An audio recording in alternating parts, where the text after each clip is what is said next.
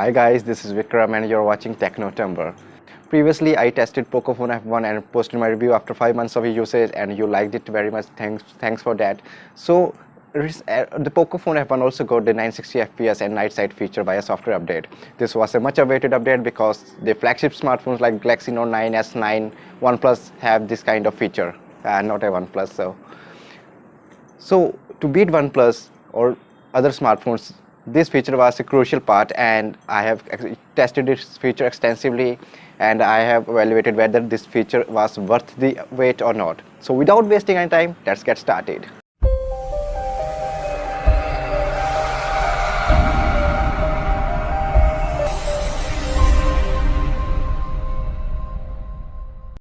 First, before I start, I would just want to tell you that the Poco F1 scored 91 in DxO score. That's it. That is a huge score for this kind of phone. That just cost 20,000 rupees or $350. Even iPhone 8 scored 92 points. So this is just amazing part. So this camera is so much capable that it can shoot some pretty amazing shots, and the slow motion video recording at 960 FPS, I would say it means okay. It's not too good, not too bad. It depends upon the lighting condition and the subject you are shooting. This is because if you are shooting a bigger subjects, then the video quality will be awesome. But you can only shoot for 2 to 3 seconds of the slow motion video. But if you are dealing with small subjects, then the subjects are kind of blurry and they don't match with the surroundings. So because this is because the image processing is done by the software. The smartphone is not capable of recording at 960 FPS.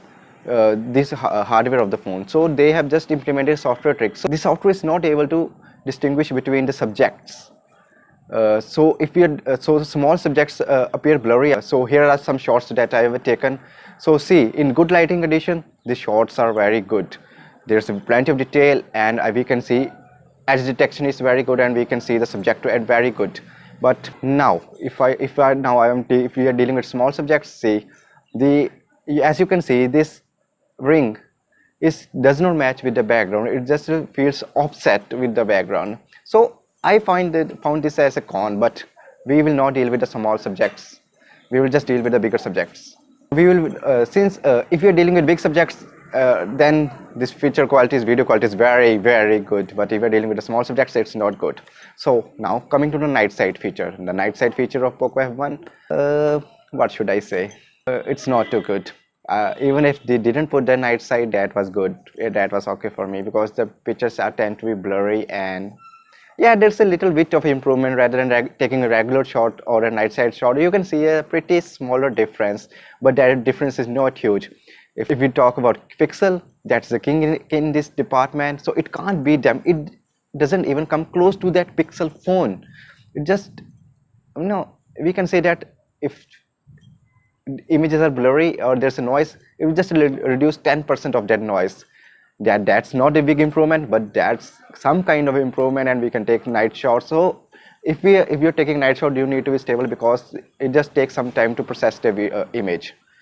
But rather than that, it's good. Here are some shots that I have taken from night sight shots that I have taken with the Poco F1. So these shots are very good, and see, as compared to the regular shots and night sight shots, there's not much of a difference. But yeah, sometimes I like the shots taken by a regular photo, or sometimes I like from taking a night mode.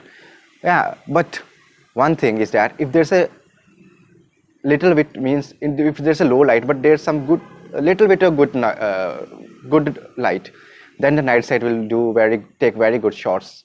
And you can see the difference. So this was then just an update about the new software update, and I would like to tell you that this is the one of the best camera improvements I have ever seen.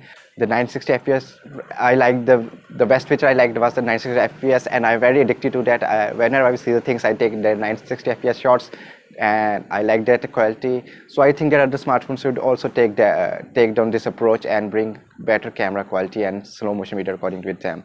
So till then, thank you for watching this video. Hit like if you like this video, and please subscribe to my channel. This will really keep me motivated, and please press the bell icon so that you don't miss any future updates. See you.